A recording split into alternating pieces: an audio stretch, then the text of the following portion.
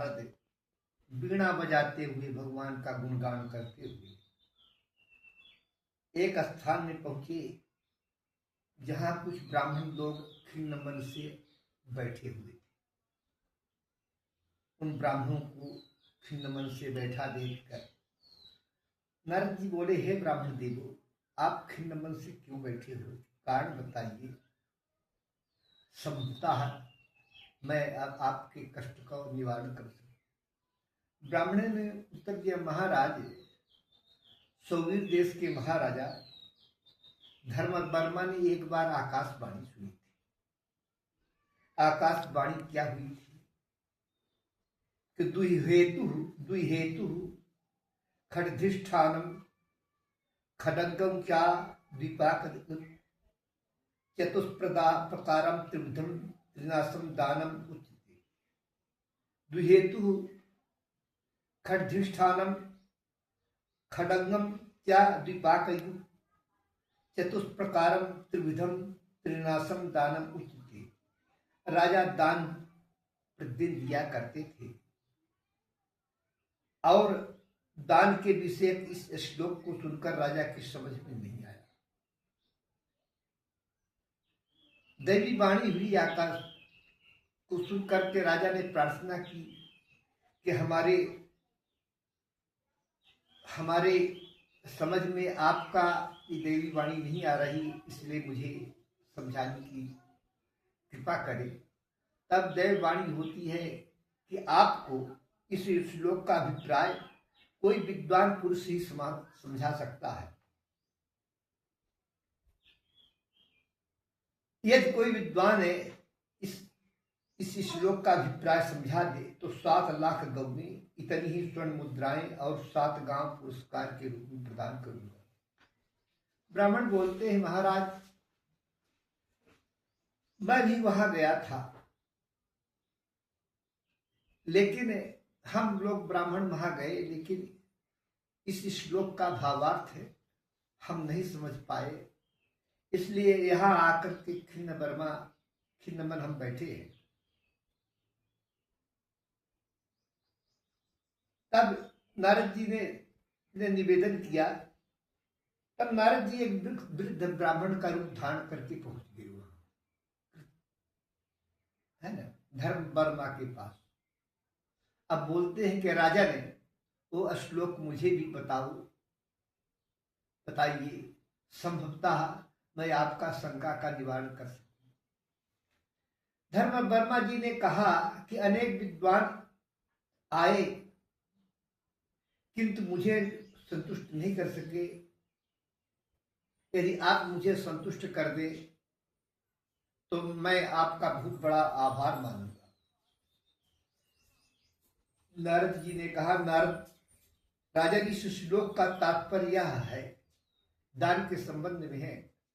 नाती हम लोग भी कन्यादान करते हैं, अनेक प्रकार के दान करते हैं, लेकिन दान के स्वरूप को कोई जानता नहीं है, और स्वरूप को जाने हुए दान करने से दान का फल नहीं होता है। इसलिए जो हम कार्य कर रहे हैं उसके स्वरूप को जान लेना आवश्यक है। यह ट्रैक्टर है तो बिगड़ गया है, इसके स्वरूप को नहीं जानेंगे तो इसको कैसे सुधरवा सकते हैं? तो किसी कार्य करने के लिए उसके स्वरूप का ज्ञान होना है।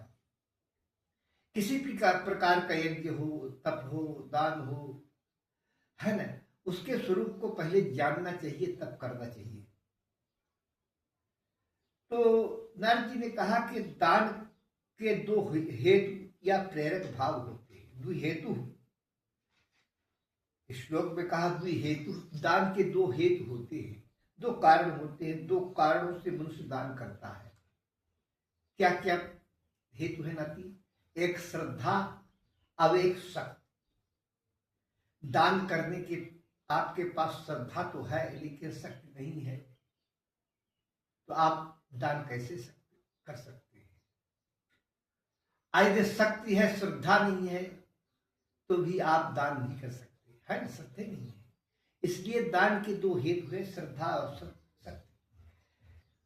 दान की श्रेष्ठता दान की अधिकता पर निर्भर नहीं करती है, क्योंकि हम अधिक दान दिए हैं तो इसकी श्रेष्ठ दान हो गया, ऐसा नहीं। दान की अधिकता, दान की श्रेष्ठता उसकी अधिकता पर निर्भर नहीं करती है, बल्कि श्रद्धा पर निर्भर करती है। यदि न्यायपूर्वक उपार्जित धन, दान क्या देर करना चाहिए नाती, जो हमने जो उन्हें न्यायपूर्वक धन उपार्जित किया है, अन्यायपूर्वक नहीं। न्यायपूर्वक उपार्जित धन श्रद्धा और यथाशक्ति से दान रूप में दिया जाए तो थोड़ा होने पर भी भगवान की पूर्ण प्रसन्नता और अनुग्रह का कारण बनता है। दान की अधिकता से मतलब नहीं है, दान थोड़ा हो या बड़ा हो, लेकिन भगवान की अनुग्रह प्राप्त करने के लिए वो दान थोड़ा और बड़ा का महत्व नहीं है। दान श्रद्धा पूर्वक दिया जाए और दान अपने श्रम से उपार्जित किया हुआ है वही दान दिया जाए तो भगवान की अनुग्रह का कारण बनता है, अब भगवान की प्रसन्नता का कारण बनता है और वो जो है अपना कल्याण करता है। तो दो हेतु हो है, दान के दो हेतु है। खड़धिष्ठान, दान के 6 अधिष्ठान है ना। अधिष्ठान मानी कि जिसमें दान स्थिर रहता है, जैसे है जो है घर खटिया का अधिष्ठान है, हम अधिष्ठान है, बैठे हैं ना। तो दान के 6 अधिष्ठान है जिसके आधार पर जो दान स्थिर रहता है वे है धर्म, अर्थ, काम, लज्जा, हर्ष और भय। धर्म, दान के 6 अधिष्ठान है। धर्म, अर्थ, काम, लज्जा, हर्ष और भय। दान के 6 अंग होते हैं। दान के कितने अंग होते हैं? 6 अंग होते हैं। एक तो दाता हो, दान देने वाला हो, एक अंग है ना। यदि देव नहीं देगा तो दान पाए कहां से? एक दाता हो। दूसरा प्रतिग्रहीता हो, दान स्वीकार करने वाला भी हो। दो, तीसरा शुद्धि हो, आत्मा की शुद्धि हो। यदि ये दोनों है, आत्मा की शुद्धि नहीं है तो भी दान अपना प्रभाव नहीं करेगा। अधर्मयुक्त देह वस्तु हो, जो अपने श्रम से उपार्जित की गई वो वस्तु हो। और अदेय वस्तु हो, देने योग्य वस्तु, अदेय वस्तु नहीं, है ना। जैसे हम ब्राह्मण को दान दे रहे हैं और ऐसी वस्तु दे रहे हैं जो दान नहीं देनी चाहिए, है ना। अदेय वस्तु। अब देश हो और काल, जैसे हम यहाँ बैठे हैं, सुबह बैठे हैं, कोई दान लेने आया, न हम नहाए न कुछ किए, है ना। अब दान दे दिया तो न देश है न काल है। इसलिए दान के अधिष्ठान होते, 6 अधिष्ठान होते। दाता, ग्रहीता माने दान लेने वाला, शुद्धि हो, धर्मयुक्त देह वस्तु हो, देश और काल। द्विहेतु खडधिष्ठानम खडंगम क्या द्विपाकी। दान के द्विहे है ना, खडंगम क्या द्विपाकी। तो दान के 2 फल होते हैं। दान देने के क्या फल होते हैं नाती? द्विपाक, फल होते हैं। एक लोक और दूसरा परलोक, है ना। तो इस लोक में अभ्युदय, उन्नति और परलोक में सुख कल्याण होता है। ये फल होते हैं दान। दान के 4 प्रकार होते हैं नाती। ध्रुव, त्रिक, काम्य और नैमित्तिक। ध्रुव, त्रिक, काम और नैमित्तिक। प्याऊ, बाग बगीचे, तालाब, बावड़ी, विद्यालय, चिकित्सालय, पुस्तकालय, अनाथालय का निर्माण आज सार्वजनिक कराने के लिए जो दान किया जाता है वह चिरस्थायी होकर नित्य होने के कारण ध्रुव कहलाता है। ध्रुव मानी अचल। एक कार्य जो है ध्रुव होते हैं, नित्य होते हैं, एक कभी नष्ट नहीं होते। आपने तालाब बनवाया, अनाथालय बनवाया, चिकित्सालय बनवाया है, बाग बगीचे लगा दिए, तो ये आप लगाकर तो चलेगी, लेकिन वो रहे या न रहे, लेकिन ये ध्रुव है। जैसे ध्रुव जी का ध्रुव सगलानी जप्यो हरि नाम पायो अचल अनुपम ठाम। तो अचल हो जाता है वो दान, चिरस्थायी होता है वो दान ध्रुव कहलाता है, जो कभी नष्ट न हो। तथा दान दाता की संपूर्ण कामनाओं को पूर्ण करने वाला होता है वो दान, ध्रुव दान। जो दान संतान, विजय, सफलता और ईश्वर की प्राप्ति के लिए किया जाता है उसको त्रिक कहते हैं। जो 3 हेतुओं से दान किया जाता है, एक संतान के हित के लिए दान किया जाता है कि हमारे बच्चों का कल्याण हो, इसके लिए सफलता के लिए किया जाता है, या विजय प्राप्त करने के लिए किया जाता है, या ईश्वर प्राप्त करने के लिए प्रतिदिन किया जाता है। उस दान को त्रिक कहते हैं। यह उत्तरेषणा, वित्तरेषणा और लोकेषणा, इन तीनों ऐषणाओं की पूर्ति के लिए किए जाने वाले दान को त्रिक कहलाते हैं। 3 प्रकार की ईषणा रहती हैं। रामायण में लिखा है कि सुत वित्त लोक ईषणा तीनी। ईषणा माने नाती इच्छा, सुत वित्त लोक ईषणा, 3 प्रकार की इच्छाएं संपूर्ण मनुष्य को रहती है। पुत्र पौत्र की उन्नति है ना, एक इच्छाएं रहती है। वित्त की इच्छा रहती है, धनी हो। अलोक ईषणा, अलोक में हमारा सम्मान हो। ये 3 प्रकार की इच्छाओं को एक त्रिक कहलाते हैं। तो जो दान इन तीनों की कामनाओं के लिए किया जाता है उसको त्रिक कहते हैं। जो दान काम पदार्थों की प्राप्ति के लिए किया जाता है उसे काम। हम दान करते हैं है कि हमारा रोग नष्ट हो जाए, हमारा बच्चा बढ़ जाए, हम अच्छे पद पर चले जाए, आदि आदि जो किसी कामनाओं की पूर्ति के लिए किया जाता है जो दान, उसे काम में दान कहते हैं। जो दान विशेष अवसर पर उपलक्ष्य, विशेष कर्म और गुणों को देखते हुए अग्निहोत्र किए बिना किया जाता है उसको नैमित्तिक दान कहते हैं। जो दान विशेष अवसर पर के उपलक्ष्य में कर्म और गुणों को देखते हुए, जिसको दान दे रहे हैं उसके कर्म गुणों को देखते हुए अग्निहोत्र किए बिना अग्निहोत्र किए बिना किया जाता है उसको नैमित्तिक दान कहते हैं। दान के 3 भेद होते हैं, उत्तम, मध्यम और कनिष्ठ। उत्तम कोटि के पदार्थों का दान उत्तम, मध्यम कोटि के पदार्थों का दान मध्यम, और कनिष्ठ कोटि के पदार्थों का दान कनिष्ठ कहलाता है। दान देकर पछताना, अकुपात्र को दान देना,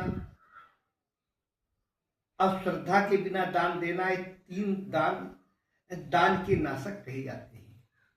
इसलिए दान देकर के कभी पछताना नहीं चाहिए। दे दिया फिर कभी मरेगा हम।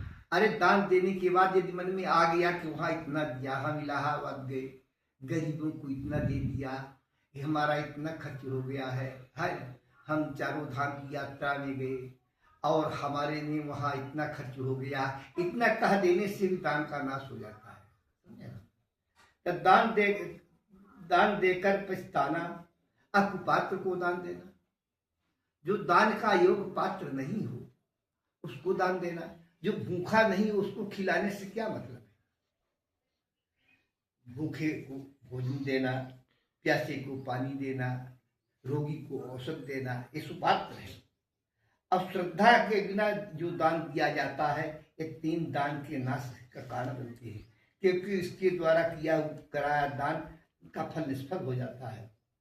जब धर्म वर्मा ने ये व्याख्या सुनी तो गदगद हो उठे और बोले, मुनिवर मुझे लगता है कि आप साधारण मनुष्य नहीं हैं। मैं आपके चरणों में मस्तक नवाकर प्रार्थना करता हूँ कि मुझे आप अपना यथार्थ परिचय बताएं। नारद जी ने कहा कि राजन, मैं देवर्षि हूँ। आपकी श्लोक की व्याख्या पुरस्कार के रूप में आप मुझे जो भूमि संपत्ति देना चाहते हैं, मैं आपके पास धरोहर के रूप में रख देता हूँ और आवश्यकता पड़ने पर ले लूंगा। अब वहां से नारद जी चल देते हैं। नारद जी विचार करते हैं कि कोई योग्य ब्राह्मण मिल जाए तो यह भूमि और संपत्ति दे दी। तो उन्होंने 12 प्रश्न तैयार किए। कि 12 प्रश्नों का जो उत्तर दे देगा उसी को हम ये सब कुछ दे देंगे। उनका पहला प्रश्न है कि मातृकाएं क्या है और कितनी है। पहला प्रश्न है मातृकाएं क्या है और कितनी है। 25 दूसरा है 25 तत्वों से बना विचित्र घर कौन सा है। तीसरा प्रश्न है अनेक रूपों वाली स्त्री को एक रूप वाली बनाने की कला को कौन जानता है। चौथा संसार में विचित्र कथाओं की रचना करने वाला कौन है। पांचवा संसार में समुद्र से सबसे बड़ा ग्राह कौन है। समुद्र में सबसे बड़ा ग्राह कौन है। छठवां 8 प्रकार के ब्राह्मण कौन है। 8 प्रकार के ब्राह्मण कौन है। सातवां 4 युगों का आरंभ किस दिन से हुआ है। 8वां 14 मनंतरों का प्रारंभ किस दिन से हुआ है। सूर्य देवता रथ में पहले पहल किस दिन बैठे थे। प्राणियों को कृष्ण सर्प की तरह पीड़ित करने वाला कौन है। इस महान विश्व में सबसे अधिक बुद्धिमान कौन है। और 12वां मार्ग कौन है। इस प्रकार ये 12 प्रश्न किए और सबसे पूछते फिरते थे। जो इसका उत्तर बता देगा तो हम उसको ये संपूर्ण चीज दे देंगे। इसमें से एक 6वां प्रश्न है कि 8 प्रकार के ब्राह्मण कौन है ना। 8 प्रकार के ब्राह्मण कौन है। अब 8 ब्राह्मण के प्रकार कितने होते हैं नाती। 8। अभी हम यहां गए थे तो बहुत लोग कहते हैं कि ब्राह्मण 3, 13, 1.25 लाख होते हैं। जबकि ब्राह्मण कितने प्रकार के होते हैं नाती। 8। हाँ 3, 13 और 1.25 लाख ब्राह्मण होते हैं। लेकिन वो ब्राह्मण इसी 8 प्रकार में आ जाते हैं है ना। जैसे संसार में 84 लाख योनियां होती हैं है ना। सुना होगा ना 84 लाख। लेकिन उसमें वो 4 ही प्रकार में आ जाते हैं। अंडज, पिंडज, श्वेतज और उद्भिज है ना। अंडा से पैदा होने वाले प्राणी, पसीने से पैदा होने वाली प्राणी और जल से पैदा होने वाले प्राणी और पिंड से पैदा होने वाले प्राणी। ये 4 प्रकार के प्राणी होते हैं। लेकिन 84 प्रकार के प्राणी इन 4 प्रकार में आ जाते हैं। तो चाहे 3 प्रकार के ब्राह्मण हो, चाहे 13 प्रकार के ब्राह्मण हो, चाहे 1.25 लाख प्रकार के ब्राह्मण हो, ये 8 प्रकार के ब्राह्मणों में आते हैं। तो जो 3, 13 कहते हैं तो इन ब्राह्मणों में है कौन कौन है। केराली, वेदांती, समदार, चौरा, खाता, बयासी, बड़गाम, धर्मो माने धर्मपुरा, माला, सुमाला, त्रिपुला, चपीढ़ी, इटिया और इटार। ये 13 प्रकार के ब्राह्मण हैं। और 3 में गर्ग, गौतम और सांडिल्य। और 3 पाती वाले ब्राह्मण कौन है नाती। परौहा, पड़रहा, हन्ना, तिवारी, पिछौरा, शुक्ल। 13 माने सब 21-22 प्रकार के ब्राह्मण होते हैं। लेकिन ये भी 4 प्रकार के ब्राह्मणों में आते हैं।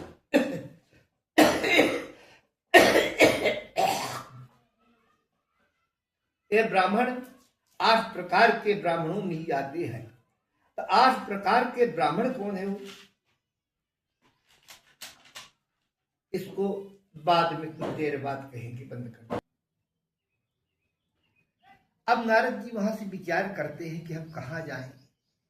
और जो मेरे इन 12 प्रश्नों को उत्तर दे देगा उसे मैं अपनी संपूर्ण संपत्ति प्रदान करूंगा। विचार करते हुए कोई ब्राह्मण उनको संतुष्ट नहीं कर सका। तो नारद जी के मन में विचार आया कि मैं कलाप ग्राम अभी नहीं गया ही है।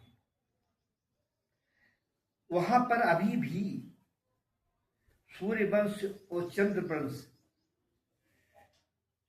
और ब्राह्मण वंश की बीजों को पैदा करने वाले लोग विद्वान हैं, जिनसे सती आने पर सूर्य वंश, चंद्र वंश, अब ब्राह्मण वंश से फिर से चले, तो वे उस कलाप ग्राम में अभी भी विद्वान हैं।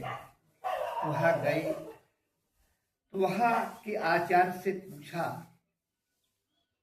कि ये हमारे 12 प्रश्न हैं, कोई उत्तर दे सकता है? आपके यहाँ के विद्यार्थी तो उत्तर दे। वहां के जो है आचार्य बोले, विप्रवर, यहाँ जितने विद्यार्थी बैठे हैं उनमें किसी को जो सबसे कम बुद्धिमान लगता हो उससे इन प्रश्नों को पूछो। नारद जी ने एक बालक को देखा, बोला क्यों न इसी को चुन ले, उसी से प्रश्न करते हैं। और वो ब्राह्मण बालक है, उन प्रश्नों का उत्तर देता है। सब प्रश्नों का उत्तर दिया। उसमें से 8 प्रकार के ब्राह्मणों के संबंध में हम यहाँ चर्चा कर रहे हैं। तब बालक बोलता है, कहते ब्राह्मण भेदास्तम अष्टौ विप्रो वधारयि। हे महाराज, मैं अब ब्राह्मण के 8 प्रकार का वर्णन करता हूं, आप उसको सुनिए।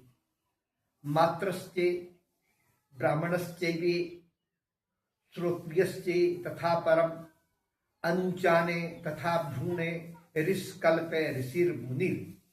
मात्र, ब्राह्मण, श्रोत्रिय, अनुचान, भ्रूण, ऋषकल्प, ऋषि और मुनि, 8 प्रकार के ब्राह्मण है।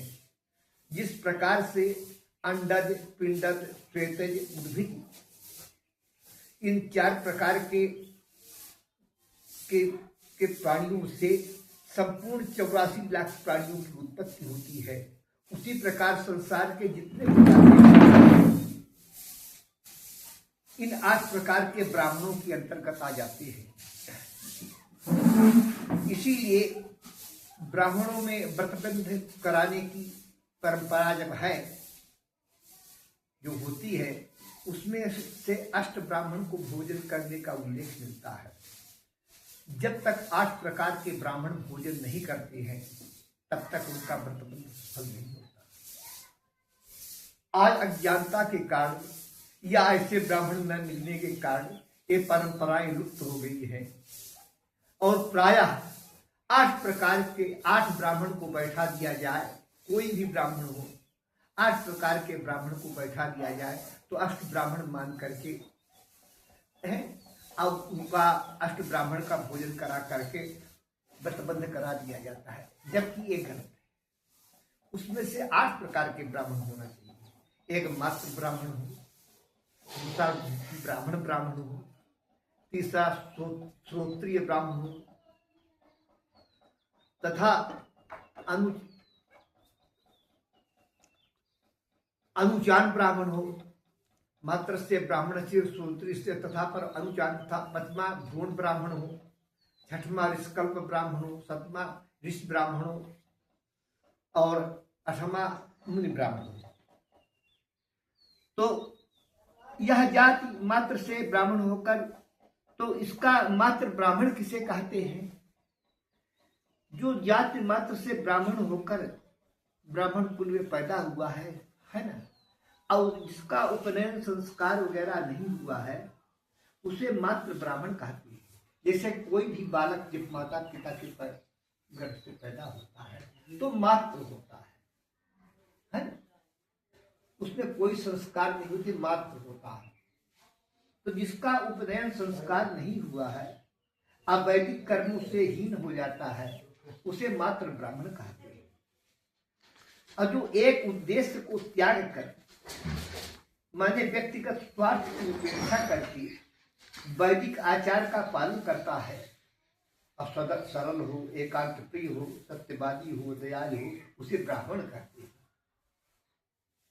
जो वेद की किसी एक शाखा को कल्प और 6 अंगों के सहित पढ़कर ब्राह्मण के 6 कर्म में संलग्न रहता है, उस ब्राह्मण को श्रोत्रिय ब्राह्मण कहते हैं, जो वेद और वेदांगों का तत्व पाप रहित शुद्ध चित्त श्रेष्ठ श्रोत्रिय विद्यार्थियों को पढ़ाने वाला और विद्वान है, उसे अनुचान ब्राह्मण कहते हैं। जो अनुचान के समस्त गुणों से युक्त होकर केवल यज्ञ और स्वाध्याय में संलग्न रहता है और यज्ञ शिष्ट भोजन ही करता है, जिससे बचे हुए भोजन को पाता है और अपनी इंद्रियों को बस में रखता है, ऐसे ब्राह्मण को भ्रूण ब्राह्मण कहते हैं। जो संपूर्ण वैदिक और लौकिक विषयों का ज्ञान प्राप्त करके और इंद्रियों को बस में रखते हुए आश्रम में निवास करता है, उसे ऋषि ब्राह्मण कहते हैं। और यही ब्राह्मणों में हम लोग हैं, है ना। जब कहते हैं आप कौन है, तो 3 तेरा वाले ब्राह्मण नहीं है। हम कौन ब्राह्मण हैं? 8 ब्राह्मणों में जो ब्राह्मण के 8 प्रकार है, मात्र के ब्राह्मण से भी तो ये था परम ऋषिकल्पे ऋषि मात्र से ब्राह्मण से सोची अनुत्वान तथा भ्रूण ऋषिकल्पे ऋषि मुनि। इसमें से जो 5वें प्रकार के ब्राह्मण है, 6वें प्रकार का जो ब्राह्मण है, उस प्रकार के ब्राह्मणों में से हम हैं। तो कौन सा है वो? जो वैदिक और लौकिक संपूर्ण विषयों का ज्ञान प्राप्त करके मन और इंद्रियों को बस में रखते हुए सदा आश्रम में निवास करता है, घर में नहीं रहता। अच्छा, ब्राह्मण का बालक नाती जब उपनयन संस्कार होता है तो विद्या अध्ययन करने के लिए जाता है, तो उसको फिर मला लेते हैं, वो नहीं जाता। यदि कोई ब्राह्मण का बालक कहे कि हम बिना विद्या अध्ययन किए नहीं लौटेंगे, अध्ययन करने के बाद ही लौटेंगे, तो कहाँ जाएगा? घर में तो है ना। तो आश्रमों में जाता था। और किसके आश्रमों में जाता था? हम लोगों के आश्रमों में जाता था और वहां वो विद्या अध्ययन करता था। तो ऐसे ब्राह्मण को ऋषिकल्प ब्राह्मण कहते हैं, जो पहले ऊर्ध्व रेता नैष्ठिक ब्रह्मचारी होकर नियमित भोजन करता है, जिसको किसी भी विषय के कोई संदेह नहीं रहता, तथा जो साफ अनुग्रह करने में समर्थ और सत्य प्रतिज्ञ हो, ऐसे ब्राह्मण को ऋषि ब्राह्मण कहलाते हैं, है ना। ऋषि ब्राह्मण में ये आ जाते थे जो कौन, जितने ऋषि है, ऋषि या मुनि, 2 प्रकार के ब्राह्मण सबसे श्रेष्ठ माने जाते हैं, है ना, ऋषि और मुनि। तो इसमें पहले विश्वामित्र ऋषि थे, फिर बाद में मुनि बने हैं, है ना। तो ऋषि ब्राह्मण कहलाते हैं। और जो निवृत्त मार्ग में स्थित होकर संपूर्ण तत्वों का ज्ञाता हो। निवृत्त मार्ग है, 2 प्रकार के मार्ग संसार में है, नाती प्रवृत्ति मार्ग और निवृत्त मार्ग। प्रवृत्ति मार्ग में जो रहता है वो घर में रहता है, निवृत्त मार्ग में रहता है वो घर को त्यागी होता है। जो निवृत्त मार्ग में है, संपूर्ण तत्वों का ज्ञाता है, काम क्रोध से रहित है, ध्यान निष्ठ है, निष्क्रिय है, जितेंद्रिय है और सुवर्ण मिट्टी को स्वर्ण समझने वाला है, वैसे ब्राह्मण को मुनि ब्राह्मण कहलाते हैं। इस प्रकार वंश से, अविद्या से, अवृत्त से, सदाचार से उठे हुए ब्राह्मण को त्रिशूल कहलाते हैं। अब यही ब्राह्मण यज्ञों में पूजे जाते हैं। इन्हीं ब्राह्मणों के द्वारा यज्ञ कराया जाता है।